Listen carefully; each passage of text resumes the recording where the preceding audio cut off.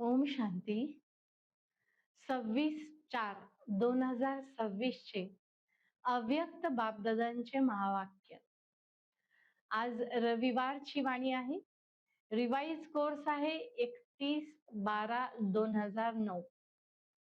मुलीचे टायटल आहे नवीन वर्षात सर्व आत्म्यांना संदेश देऊन सतयुगी दुनियेची भेटवस्तू द्या. बापसमान बनण्यासाठी देही अभिमानी राहण्याची सवय निसर्गतः स्वभावतः बनवा. आज याचं विश्लेषण पूर्ण मुरलीमध्ये बाबांनी केलेलं आहे की कशा पद्धतीने अनेक आत्म्यांना संदेश द्यायचा आहे. बापसमान बनवण्यासाठी आपल्याला देही अभिमानी अवस्था कशा पद्धतीने बनवायची आहे. मध्ये मध्ये बाबांनी होमवर्क ग्रहपाठ सुद्धा आठवण करून दिला.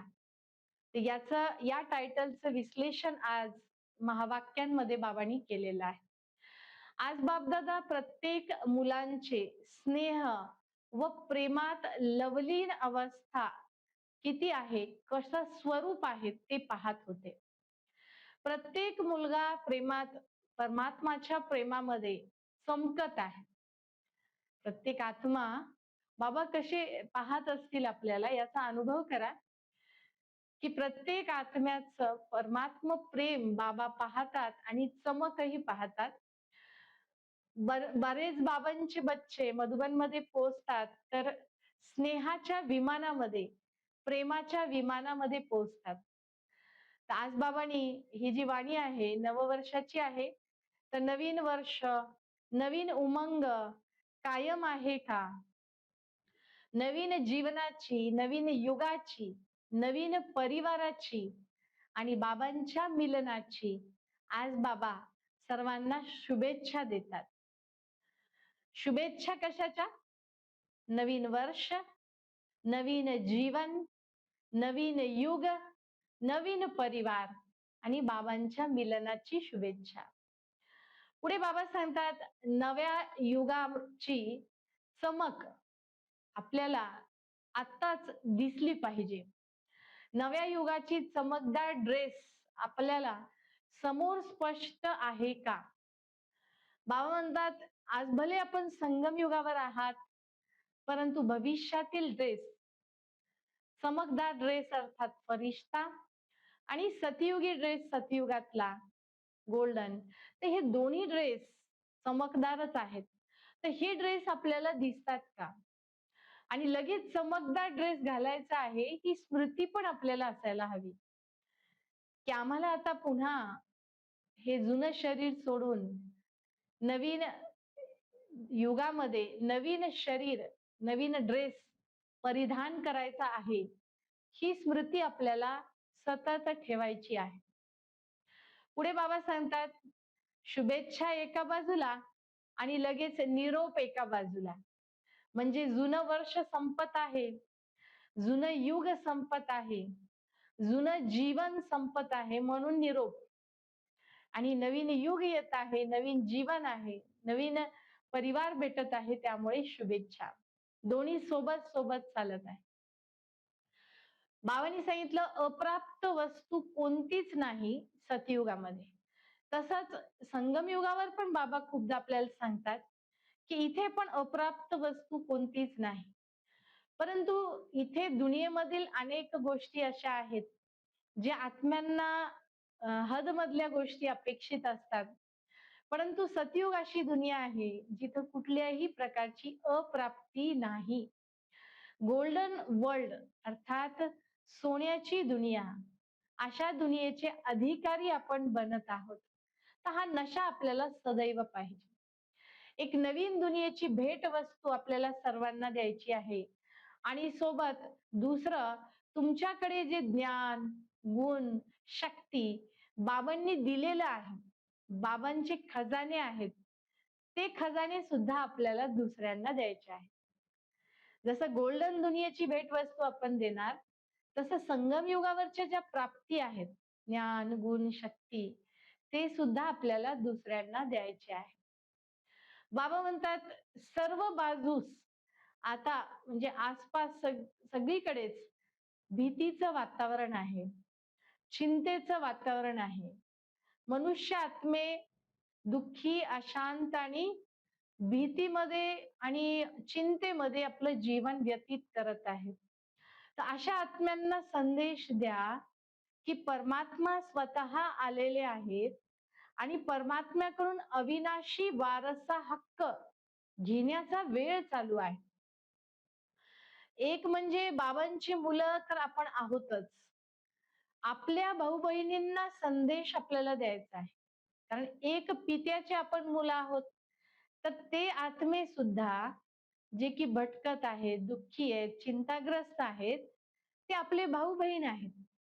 तर त्यांना आपल्याला संदेश पोहोचवायचा आहे, की परमपिता परमात्मा सृष्टीवर अवतरित होऊन सतयुगी वारसा हक्क देण्यासाठी आलेले आहेत. तर बाबांना ओळखा, वारसा हक्क घ्या, हा संदेश आपल्या भाऊ-बहिणींना आपल्याला द्यायचा आहे. बाबा म्हणले प्रयत्न करा, विभिन्न प्लॅन बनवा. कुणीही वंचित राहू नये याची एक काहीतरी बाबा म्हणले की योजना आखा. त्यांच्या त्यांना सांगा की त्यांच्यावर आपल्याला रहेम आलं पाहिजे, दया आली पाहिजे. कारण बाबा म्हणतात तुम्ही कमीत कमी भाग्यशाली आहात, की वेळ समाप्त होण्यापूर्वी बाबांची मुले तुम्ही बनला आहात. पण त्यांच्यावरती जे की आणखीनही ईश्वरापासून दूर आहेत, त्यांच्यावरती तुम्हाला दया आली पाहिजे आणि तुम्हाला त्यांना संदेश देण्याची योजना आखायची आहे. बाबा पुढे सांगतात, की जर उच्च लक्ष्य आहे, तर लक्षण पण उच्चच हवे.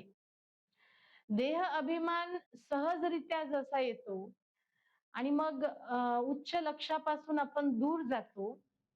तर बाबा म्हणले जसं देह अभिमान नॅचरल रूपात येतं, तसं देही अभिमानी अवस्था सुद्धा नॅचरल राहिली पाहिजे, सहज राहिली पाहिजे. स्वभावतः आपण आत्मअभिमानी अवस्थेपर्यंत टिकायचा प्रयत्न करायला हवा.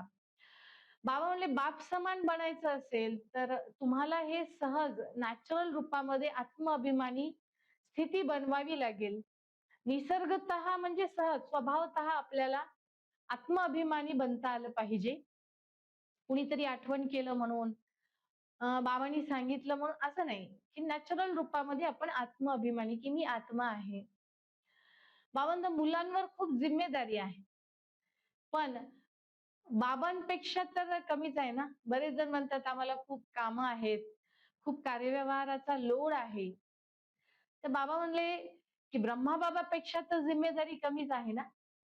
ब्रह्माबाबांनी तर 350-400 मुलांना सांभाळलं. मागच्या मुलीपण पण बाबांनी सांगितलं होतं रविवारच्या. तर आज बाबांनी सांगितलं बाबांपेक्षा तर जिम्मेदारी कमीच आहे ना.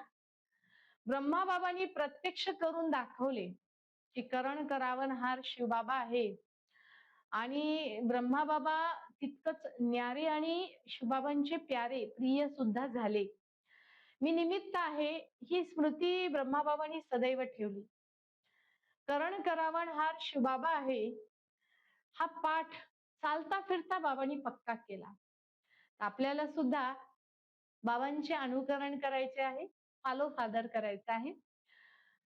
कधी कधी बाबांनी आज हे पण सांगितलं, की माया बाबाकडे येते आणि बाबांना माया बोलते, की बाबा माझा तर जाण्याचा वेळ आलेला आहे. मी जाण्यासाठी तयार आहे. पण मुले तुमचीच मुले म्हणजेच बाबांची आपण मुले मायाला बसवतो, स्वागत करतो, मायाचा पाहुणचार करतो, मायाचं आवाहन करतो. तर कसे करतो ते पण बाबांनी आज विस्तृतपणे सांगितलं. माया विभिन्न रूपात येते, निरोप घेण्यासाठी आलेली आहे, पण तरी पुन्हा वापस येते. काय येते? कारण आपणच आपल्या कमजोरीच्या द्वारे मायाला आवाहन करतो.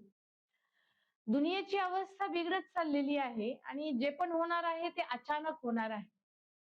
म्हणून बाबा म्हटले हिम्मत ठेवा आणि जो दिलेला ग्रहपाठ आहे तो पूर्ण करा.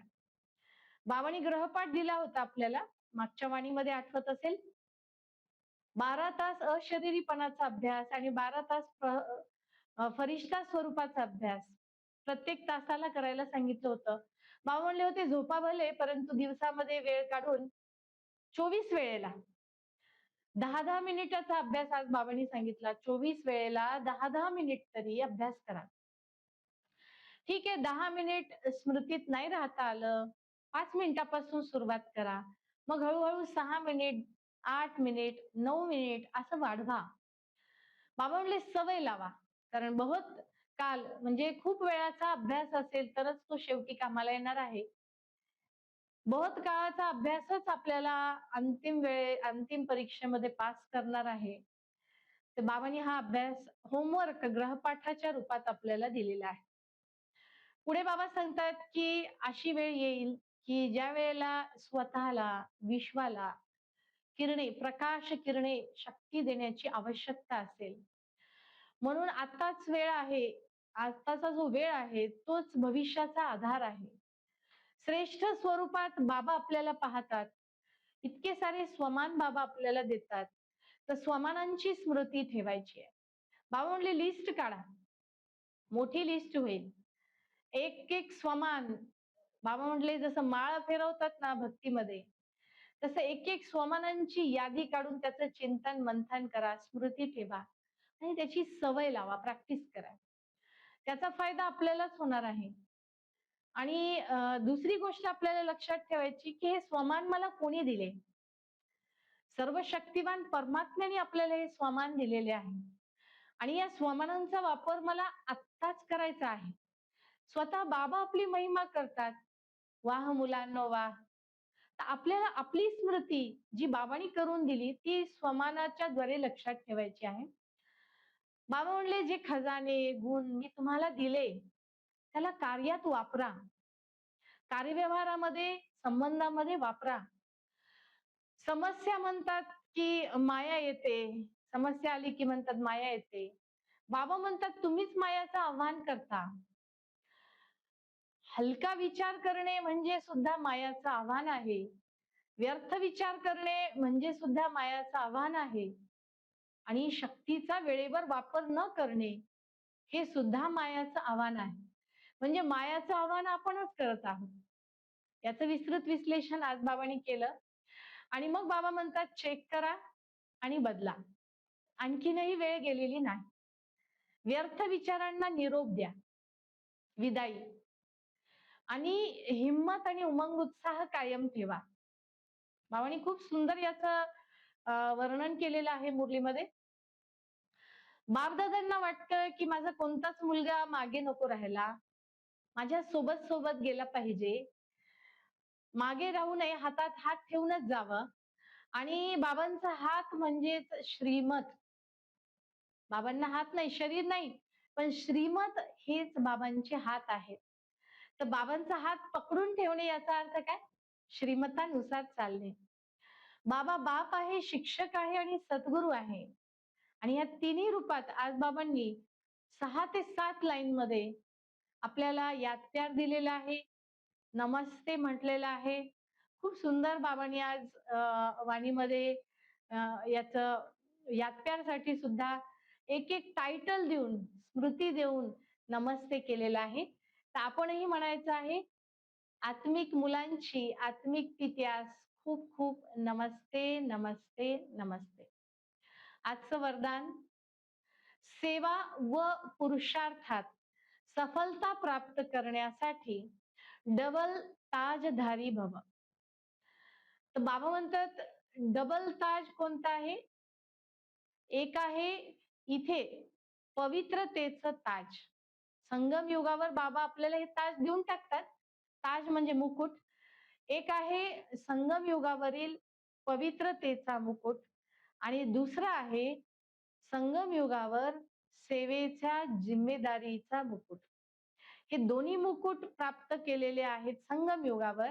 पवित्रता आणि शक्ती, प्रकाश आणि शक्ती, लाईट आणि माईट या डबल फोर्सने सेवा करायची आहे. डबल फोर्स आपल्याला कायम ठेवायचा आहे.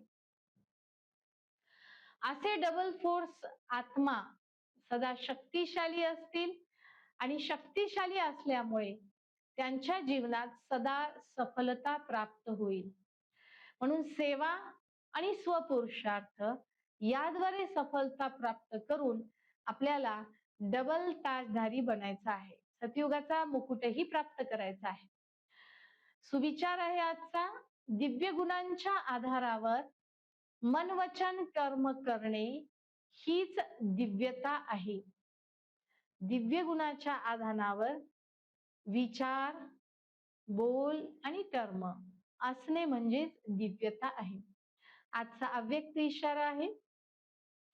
महान बनण्यासाठी मधुरता आणि नम्रता या गुणास धारण करायचे आहे. कोणतीही गोष्ट नरम आणि गरम करूनच तिला वाकवलं जातं, है ना. आधी गरम केलं जातं, मग थोडं नरम केलं जातं आणि मग वाकवलं जातं.